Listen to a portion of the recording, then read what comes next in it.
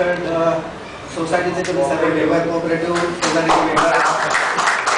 1922 साली तुमची society, cooperative society register झालेली, आज 90 वर्ष पूर्ण झालेले आहे.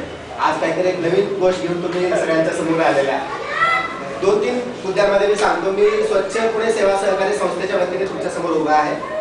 पुणे महानगरपालिकेच्या सहकार्याने 2007 मध्ये आमची संस्था पुण्यामध्ये दारोदारी कचरा गोळा करण्याचं काम करायला सुरू केली.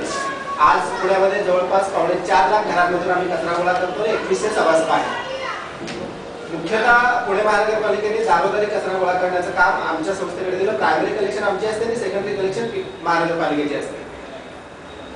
मुख्यतः तुम्ही इथे जमलेले लोक देशात काय चाललंय, राज्यात काय चाललंय, पुण्यात काय चाललंय त्यापेक्षा तुमच्या कॉलनी पंचायत किंवा तुमच्या सोसायटीत काय प्रश्न आहेत ते कसं सोडवायचा हा प्रश्न तुमच्यासमोर महत्वाचा आहे हे जाणतो आणि त्याच्यावर मी मुख्यतः बोलणार आहे. प्रभाग नंबर 36 हा शून्य कचऱ्यासाठी निवडला गेलेला प्रभाग आहे. तिथे पूर्णतः हा प्रभाग कंटेनर लेस करायचा आहे. Door to door garbage collection करण्यासाठी वेस्ट पिकरांची सिस्टीम तुमच्याकडे लावायची आहे. कचरा वर्गीकरण करून देणं हे तुमचं काम आहे. हे तुम्ही सर्व जाणकार आहात. तुम्हाला कायदे, कानून, नियम सगळे माहीत आहेत. मला त्या कायद्यांवर बोलायचं नाही. जगताप मगाशी बोललेले तुमच्यासमोर.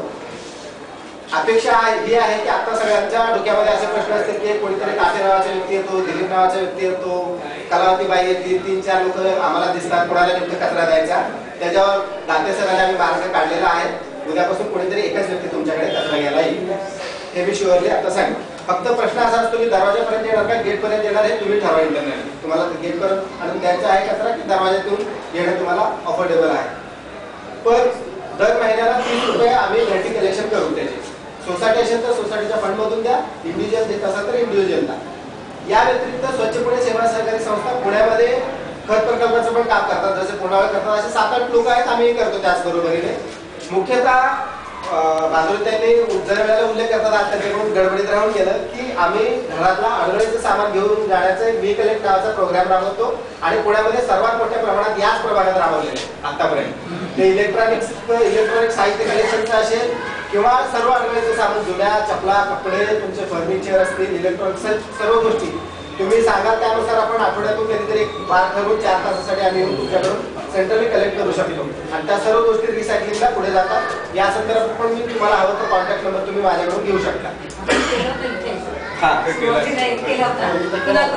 आता होत आहे असं की तुमचं जवळपास 350-400 हाऊसहोल्डची सोसायटी आहे. पण इथं उपस्थित फक्त 60-70 लोक आहेत. उरलेल्या लोकांपर्यंत ही माहिती जाऊन पोहोचवण्याची जबाबदारी तुमची आहे. एवढं बोलून मी थांबतो. धन्यवाद.